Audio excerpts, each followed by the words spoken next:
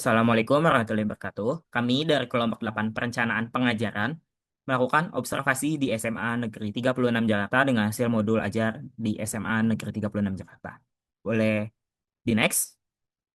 Oke, puji puji syukur kami panjatkan kehadirat Allah SWT atas rahmat dan karunia-Nya sehingga modul ajar ekonomi kelas 12 fase F dengan elemen akuntansi perusahaan jasa dan dagang ini dapat disusun dengan baik. Modul ajar ini disusun sebagai salah satu perangkat pembelajaran yang mendukung pelaksanaan kurikulum merdeka di SMA Negeri 36 Jakarta. Boleh di next? Oke, selanjutnya identitas modul. Nama penyusunnya ada Aida Rohmah, kedua Almira Rubina Ali, ketiga Muhammad Fazil Rafiki serta Saputro, keempat Nabila Sakina Putri, kelima Zaskia Oktaviani.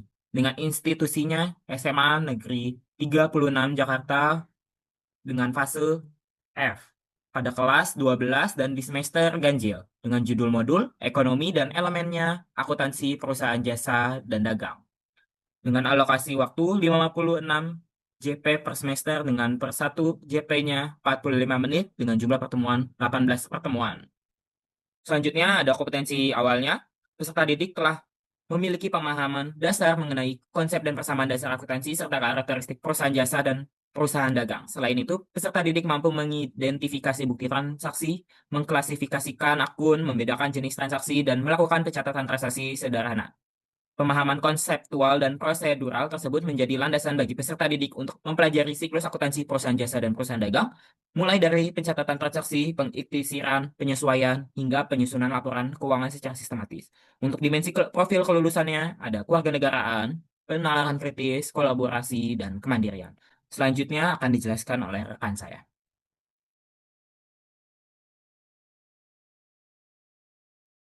Baik, selanjutnya ada desain pembelajaran yang ada capaian pembelajaran. Pertama ada deskripsi, di mana pada bagian ini dijelaskan bahwa peserta didik akan mempelajari konsep dasar akuntansi, perusahaan jasa, dan perusahaan dagang. Mulai dari analisis transaksi, pencatatan jurnal, posting ke buku besar, hingga penyusunan laporan keuangan sesuai siklus akuntansi. Kemudian yang kedua ada capaian pembelajaran, di mana pada akhir pembelajaran, peserta didik diharapkan mampu memahami dan menerapkan konsep dasar akuntansi, menyusun siklus akuntansi secara tepat, serta memiliki sikap jujur, teliti, disiplin, dan bertanggung jawab. Lalu yang ketiga ada lintas disiplin ilmu. Pembelajaran ini juga terintegrasi dengan informatika dalam penggunaan spreadsheet, matematika untuk perhitungan keuangan, dan kewirausahaan dalam pengambilan keputusan bisnis. Kemudian yang B ada tujuan pembelajaran. Tujuan pembelajaran mencakup pemahaman konsep dasar akuntansi, analisis bukti transaksi, penentuan debit kredit, serta penyusunan lab jurnal, laporan keuangan, hingga jurnal penutup. Yang C ada praktik pedagogis, di mana pembelajaran ini menggunakan pendekatan deep learning dengan model discovery learning, problem based learning, dan project based learning melalui diskusi, studi kasus, praktik, dan presentasi. Lalu yang D ada kemitraan pembelajaran. Yang pertama ada kemitraan dalam sekolah, yaitu mencakup guru pelajaran ekonomi, guru informatika atau TIK, dan guru kewirausahaan. Yang kedua, kemitraan di luar sekolah, yaitu orang tua atau wali peserta didik, serta lingkungan usaha sekitar sebagai contoh penerapan akuntansi sederhana. Lalu yang E ada lingkungan pembelajaran dan pemanfaatan digital. Yang pertama ada sarana-prasarana, yang itu mencakup ruang kelas, laptop atau komputer, LCD, buku paket, LKPD, dan dokumen transaksi perusahaan. Yang kedua, pemanfaatan media digital, seperti Google Classroom atau LMS, Google Sheet, video pembelajaran, dan e-book. Kemudian yang F ada pemahaman bermakna.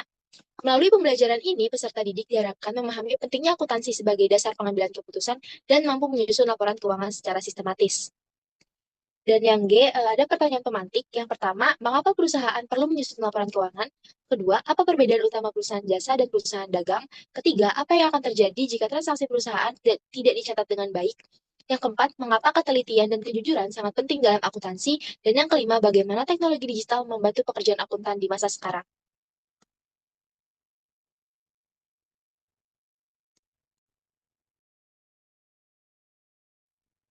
Ya, selanjutnya saya akan menjelaskan untuk persiapan pembelajaran. Pada bagian ini, kita akan dijelaskan mengenai persiapan pembelajaran yang dilakukan sebelum kegiatan belajar mengajar dimulai. Persiapan ini bertujuan agar proses pembelajaran dapat berjalan dengan lancar dan tujuan pembelajaran dapat tercapai. Dari sisi guru, persiapan persiapan yang dilakukan meliputi penyusunan modul ajar sesuai capaian pembelajaran, menyiapkan bahan ajar tentang akuntansi perusahaan jasa dan perusahaan dagang, serta menyiapkan media pembelajaran seperti PowerPoint, video, infografis, dan LKPD. Guru juga menyiapkan contoh dokumen transaksi perusahaan, perangkat asesmen diagnostik, formatif, dan sumatif, serta memastikan seluruh sarana pembelajaran seperti laptop, LCD, proyektor, papan tulis, dan akses internet siap digunakan. Dari sisi peserta didik, mereka mempersiapkan buku catatan, alat tulis, dan kalkulator, mempelajari materi pengantar yang telah diberikan, serta menyiapkan diri untuk mengikuti diskusi, praktik, dan presentasi. Peserta didik juga membentuk kelompok belajar sesuai arahan dari guru. Sementara itu, untuk lingkungan belajar, disiapkan dengan menata kelas agar mendukung kegiatan diskusi dan presentasi. Guru juga memastikan suasana kelas tetap kondusif, aman, dan nyaman, serta seluruh media dan perangkat pembelajaran berfungsi dengan baik. Dengan persiapan tersebut, diharapkan proses pembelajaran itu dapat berlangsung secara efektif, interaktif, dan membantu peserta didik mencapai tujuan pembelajaran yang telah ditetapkan. Bisa di next. Nah, selanjutnya ini ada kegiatan pembelajaran. Pada bagian ini tuh kita dijelaskan mengenai kegiatan pembelajaran yang dilaksanakan selama 1 semester pada mata pelajaran akuntansi dasar. Setiap pertemuan diawali dengan kegiatan pendahuluan, yaitu guru membuka pembelajaran dengan salam dan doa, mengecek kehadiran peserta didik, menyampaikan tujuan serta manfaat pembelajaran, melakukan persepsi dengan menghubungkan materi sebelumnya, memberikan pertanyaan pemantik, dan menjelaskan alur kegiatan serta teknik asesmen yang akan digunakan. Selanjutnya, pada kegiatan inti, pembelajaran disusun secara bertahap sesuai dengan urutan materi dan akuntansi. Materi diawali dengan pengenalan konsep dasar akuntansi, seperti pengertian, tujuan, fungsi, serta karakteristik perusahaan jasa dan perusahaan dagang. Setelah itu, peserta didik mempelajari persamaan dasar akuntansi, menganalisis pengaruh transaksi, mengenal berbagai bukti transaksi, hingga menentukan akun serta posisi debit dan kredit. Pada pertengahan semester, peserta didik mengikuti asesmen tengah semester atau ATS yang dilanjutkan dengan kegiatan refleksi terhadap materi yang telah dipelajari. Setelah asesmen, pembelajaran berlangsung ke tahap praktik dalam siklus akuntansi, yaitu mencatat transaksi ke jurnal umum dan jurnal khusus, melakukan posting ke buku besar, menghitung saldo akun, menyusun neraca saldo, membuat jurnal penyesuaian, menyusun worksheet atau kertas kerja, hingga menyusun laporan keuangan perusahaan jasa dan perusahaan dagang. Materi diakhiri dengan menyusun jurnal penutup dan neraca saldo setelah penutupan sebagai tahap akhir siklus akuntansi. Selama proses tersebut, peserta didik tidak hanya menerima penjelasan dari guru, tetapi juga melakukan diskusi kelompok, mengerjakan studi kasus, presentasi, latihan mandiri, serta memperoleh umpan balik dari guru. Pada akhir semester dilaksanakan asesmen akhir semester atau AAS untuk mengukur pencapaian kompetensi peserta didik, kemudian dilanjutkan dengan kegiatan refleksi agar peserta didik dapat mengevaluasi pemahaman, pengalaman belajar, serta kendala yang dihadapi selama proses pembelajaran. Sebagai penutupnya, setiap pertemuan guru bersama peserta didik membuat kesimpulan, melakukan refleksi singkat, memberikan penguatan dan motivasi, menyampaikan tindak lanjut atau tugas apabila diperlukan, kemudian menutup pembelajaran dengan doa. Dengan alur tersebut, diharapkan peserta didik mampu memahami konsep dasar akuntansi hingga mampu menerapkan seluruh tahapan siklus akuntansi secara sistematis. Bisa dilanjutin.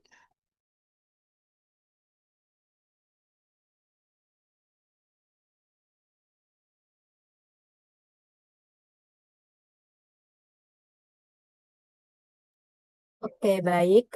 Terima kasih. Lalu di sini saya akan melanjutkan dan juga mempresentasikan bagian asesmen dan juga tindak lanjut pada modul ajar.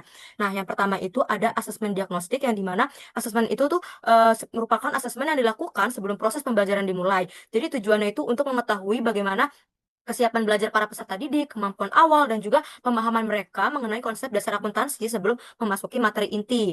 Nah, lalu pada modul ajar kali ini, asesmen diagnostik itu terbagi menjadi 3, yang dimana tes tertulis, tanya jawab, dan juga observasi. Untuk instrumennya sendiri yang digunakan ada 2 aspek, yaitu aspek kognitif dan juga diagnosis non kognitif. Yang dimana kalau diagnosis kognitif ini, peserta didik itu diberikan pertanyaan mengenai dasar-dasar akuntansi seperti pengertian akuntansi, tujuan akuntansi, dan juga mungkin perbedaan perusahaan jasa dan juga perusahaan dagang, ataupun contoh transaksinya, serta pengertian dari laporan keuangan sendiri. Selanjutnya di sini ada diagnosis non kognitif, yang dimana para guru itu menggali informasi mengenai tingkat pemahaman para peserta didik, mulai dari pengalaman mereka apakah pernah belajar akuntansi ataupun materi yang menurut mereka itu kurang sulit dipahami.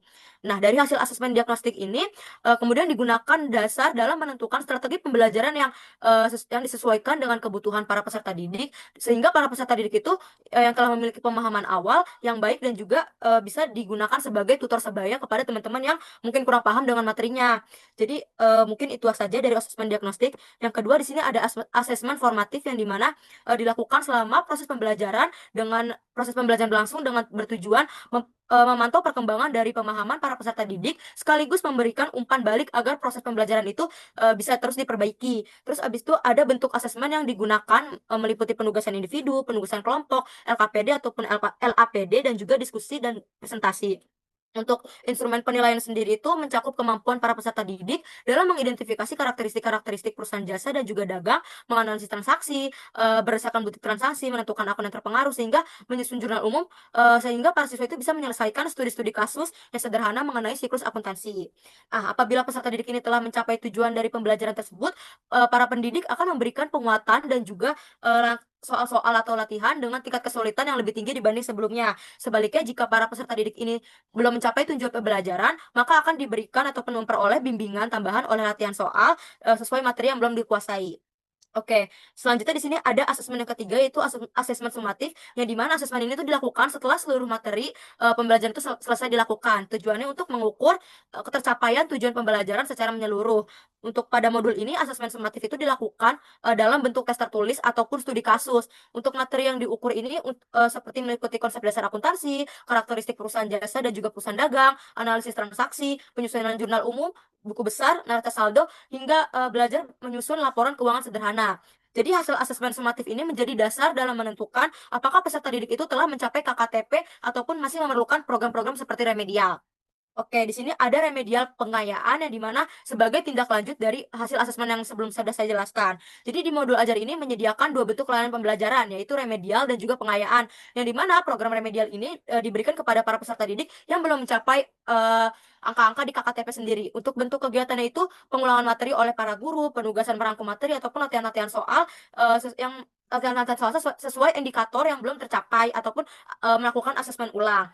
Untuk pengayaan sendiri diberikan kepada para peserta didik yang telah mencapai ataupun melampaui KKTP. Jadi kegiatan itu berupa mengerjakan soal ataupun studi kasus yang lebih kompleks dibandingkan remedial, menjadi tutor sebaya untuk teman-teman yang mungkin kurang paham, dan juga melakukan refleksi pembelajaran. Untuk melalui program-program kedua program tersebut, seluruh peserta didik itu harus memperoleh layanan pembelajaran yang sesuai dengan capaian belajaran masing-masing. Oke, boleh tolong di next di panduan asesmen.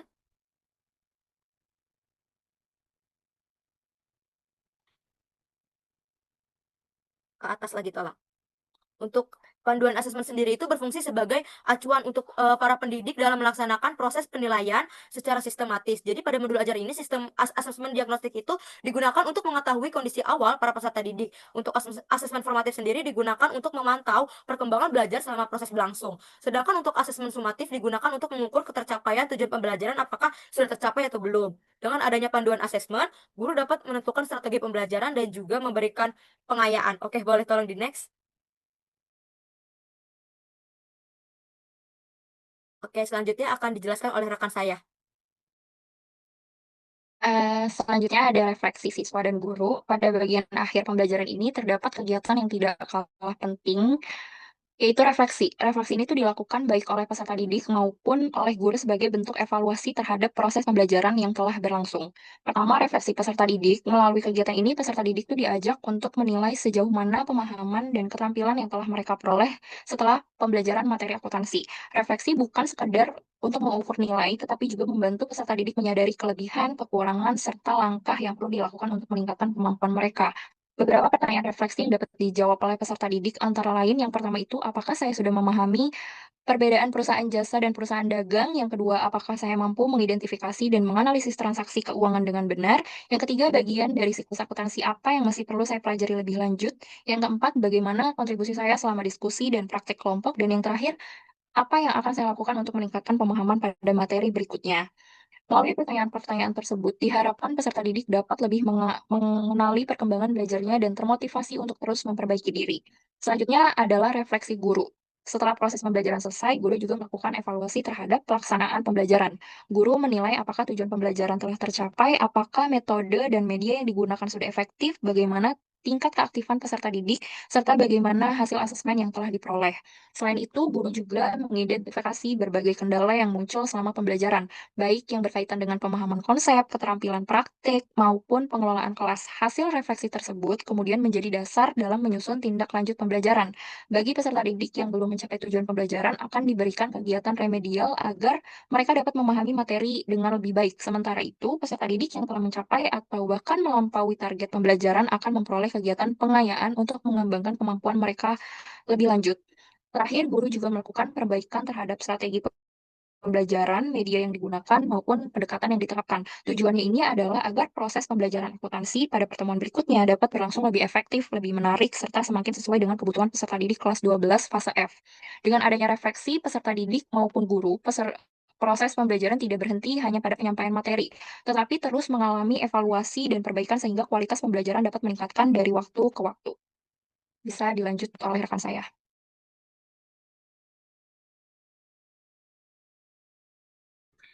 Oke, selanjutnya di sini ada ATP atau jadi ATP merupakan pedoman yang digunakan guru agar pembelajaran berlangsung secara terarah dan bertahap sesuai capaian pembelajaran. Pada modul ini, ATP mencakup 4 materi utama, yaitu konsep dasar akuntansi, bukti transaksi, dan analisis transaksi, serta jurnal dan buku besar. Selanjutnya juga ada siklus akuntansi dan laporan keuangan. Dengan susunan tersebut, peserta didik mempelajari materi dari konsep dasar hingga mampu menyusun laporan keuangan. Boleh di scroll.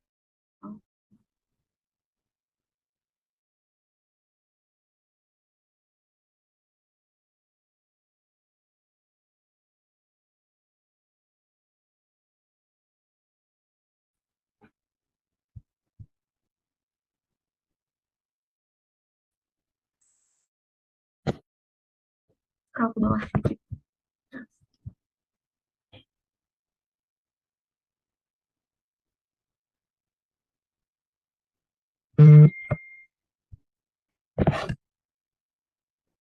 Selanjutnya ada bahan ajar. Bahan ajar yang digunakan berasal dari buku referensi akuntansi, buku siswa kurikulum merdeka, serta video pembelajaran. Materinya dibagi menjadi 2 bagian, yaitu konsep dasar akuntansi dan siklus akuntansi perusahaan jasa maupun dagang. Sehingga peserta didik mampu memperoleh pemahaman teori sekaligus praktik.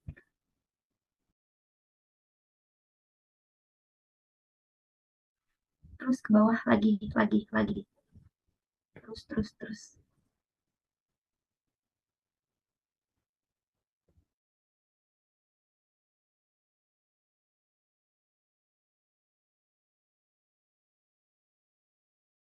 Oke, baik. Selanjutnya di sini saya akan menjelaskan bagian panduan asesmen yang dimana panduan asesmen ini berfungsi sebagai acuan bagi para pendidik dalam melaksanakan proses penilaian secara sistematis. Pada modul ajar kali ini, asesmen diagnostik itu untuk digunakan mengetahui kondisi awal para peserta didik. Sedangkan untuk asesmen formatif sendiri digunakan untuk memantau perkembangan proses belajar para peserta didik. Selain itu ada asesmen sumatif yang dimana digunakan untuk mengukur apakah tujuan pembelajaran itu sudah tercapai atau belum setelah materi. Habis itu dengan adanya panduan asesmen, para guru itu bisa menentukan strategi pembelajaran, memberikan remedial maupun pengayaan, sehingga proses pembelajaran itu bisa menjadi lebih efektif dan juga optimal, dan juga disesuaikan dengan kebutuhan para peserta didik. Oke, selanjutnya di sini boleh tolong di next.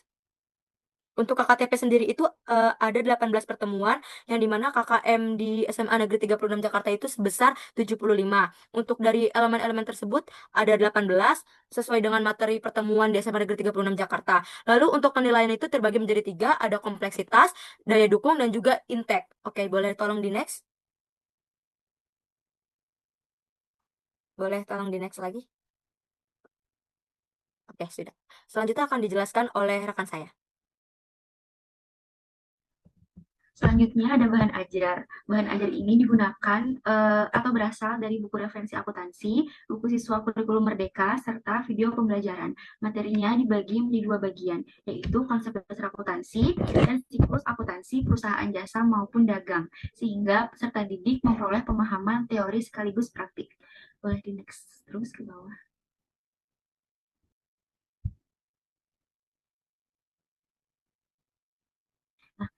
Berikutnya ada lembar aktivitas peserta didik atau LAPD. Pada modul ini terdapat 4 aktivitas utama, yaitu pemahaman konsep transaksi, menganalisis bukti transaksi, menyusun jurnal umum dan buku besar, serta menyusun laporan keuangan melalui studi kasus. Kegiatan ini bertujuan agar peserta didik lebih aktif dan mampu menerapkan materi yang telah dipelajari. Selanjutnya ada asesmen sumatif. Asesmen sumatif dilakukan pada akhir pembelajaran melalui tes tertulis dan studi kasus untuk mengukur ketercapaian tujuan pembelajaran. Penilaian mencakup kemampuan menganalisis transaksi hingga menyusun laporan keuangan dengan KKTP yang telah ditetapkan, yaitu sebesar 75. Yang terakhir ada implementasi model Project Based Learning atau PJBL dilakukan dengan memberikan studi kasus kepada peserta didik untuk dikerjakan secara berkelompok. Mereka menyelesaikan proyek mulai dari menganalisis transaksi, menyusun jurnal, hingga membuat laporan keuangan. Setelah itu, setiap kelompok mempresentasikan hasilnya, sementara guru berperan sebagai fasilitator yang membimbing dan memberikan umpan balik. Melalui model PJBL ini, peserta didik diharapkan tidak hanya memahami teori, tetapi juga mampu menerapkannya dalam praktik serta meningkatkan kemampuan berpikir kritis, kolaborasi, dan pemecahan masalah. Itu akan dijelaskan oleh rekan saya.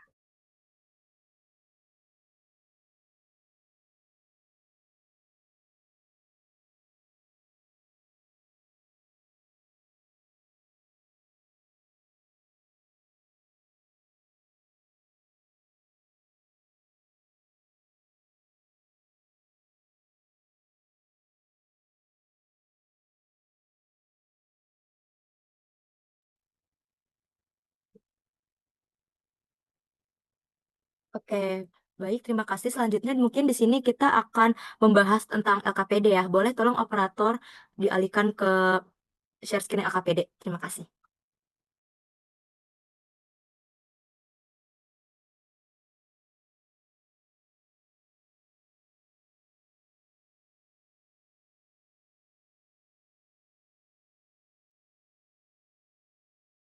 Oke, mungkin di sini saya akan menjelaskan terkait LKPD yang sudah kami buat dengan modul ajar dengan materi akuntansi, perusahaan jasa, dan juga perusahaan dagang. Jadi LKPD ini disusun sebagai bahan ajar yang bertujuan untuk membantu para peserta didik itu memahami konsep akuntansi sekaligus melatih kemampuan berpikir mereka melalui latihan dan juga studi-studi kasus. Yang pertama itu ada identitas LKPD sendiri yang dirancang untuk para peserta didik di SMA fase F kelas 11 semester ganjil yang dengan alokasinya waktu 2 jam pelajaran ataupun 90 menit. Jadi itu dalam satu kali pertemuan. Lalu untuk materi yang dibahas adalah akuntansi, perusahaan jasa, dan juga perusahaan dagang. Untuk tujuan pembelajarannya sendiri itu yang pertama memahami konsep dasar akuntansi beserta perannya dalam kegiatan usaha. Lalu yang kedua menganalisis karakteristik perusahaan jasa dan juga perusahaan dagang. Yang ketiga memahami bukti transaksi dan juga proses analisis transaksi dalam kegiatan akuntansi. Yang keempat itu menerapkan pencatatan transaksi ke dalam jurnal umum kepada buku besar. Dan juga yang kelima menyusun laporan keuangan sederhana pada perusahaan jasa dan juga perusahaan dagang. Lalu kita mempunyai indikator pencapaian. Yang pertama itu peserta didik mampu menjelaskan pengertian dan juga tujuan akuntansi dengan benar. Yang kedua, peserta didik mampu mengidentifikasi karakteristik perusahaan jasa dan juga perusahaan dagang. Lalu yang ketiga, peserta didik mampu menganalisis bukti transaksi serta menentukan akun yang terpengaruh. Lalu yang keempat, peserta didik itu mampu menyusun jurnal umum dan juga melakukan posting ke buku besar. Lalu yang terakhir, ada para peserta didik mampu menyusun laporan keuangan sederhana berdasarkan data yang telah diberikan. Oke, boleh tolong di-scroll. Sebelum mengerjakan LKPD ini, peserta didik itu diberikan petunjuk agar proses pembelajaran berjalan lebih terarah. Jadi peserta didik diminta membaca soal dengan teliti, memahami kembali materi yang telah diajar, lalu mengerjakan soal secara sistematis. Oke, boleh tolong di next. Untuk isi LKPD-nya sendiri itu, LKPD ini terdiri atas 4 soal yang disusun secara bertahap yang dimulai dari pemahaman konsep hingga praktik penyusunan laporan keuangan, yang dimana pada soal pertama itu peserta didik diminta menjelaskan esai tentang pengertian akuntansi, alasan penting akuntansi bagi para perusahaan, tujuan akuntansi, serta manfaat informasi akuntansi, lalu memberikan contoh penerapannya ke dalam kehidupan sehari-hari. Soal ini tuh bertujuan untuk mengatur ataupun mengukur pemahaman konsep akuntansi kepada para peserta didik. Lalu yang kedua, peserta didik ini menganalisis beberapa jenis usaha seperti salon, toko sembako, bengkel, ataupun toko-toko buku. Mereka diminta menentukan apakah usaha tersebut termasuk dengan perusahaan jasa ataupun perusahaan dagang. Lalu mereka diminta untuk memberikan alasan dan juga menjelaskan perbedaannya secara jelas. Lalu yang untuk soal ketiga, boleh tolong di next. Peserta didik diberikan studi kasus transaksi yang terjadi pada sebuah salon selama bulan Juni 2026. Habis itu para peserta didik diminta menganalisis transaksi, menentukan akun yang terpengaruh, serta menyusun jurnal umum yang dimana soal ini tuh bertujuan untuk melatih dan juga mengukur kemampuan analisis para peserta didik dan juga menganalisis pencatatan transaksi sesuai dengan prinsip akuntansi yang telah berlaku. Oke, boleh tolong di next. Untuk soal keempat, peserta didik melanjutkan hasil jurnal umum yang di soal nomor 3 dan juga melakukan posting ke buku besar. Kemudian menyusun laporan laba rugi secara sederhana. Tahapan ini tuh bertujuan supaya para peserta didik bisa memahami alur lengkap proses akuntansi mulai dari transaksi hingga penyusunan laporan keuangan. Oke, demikian pemaparan mengenai LKPD yang telah kami buat dan juga kami susun. Jadi secara keseluruhan LKPD ini dirancang menggunakan pendekatan yang sistematis dan diharapkan para peserta didik itu memahami materi akuntansi dari awal hingga akhir dan juga mengembangkan kemampuan berpikir kritis dan juga analitis. Oke, mungkin itu saja pemaparan dari saya. Saya alihkan kepada operator. Oke, sekian presentasi dari kelompok kami. Sebelumnya, mohon maaf jika ada kesalahan kata atau ada kesalahan penulisan. Kurang lebihnya mohon maaf. Wassalamualaikum warahmatullahi wabarakatuh.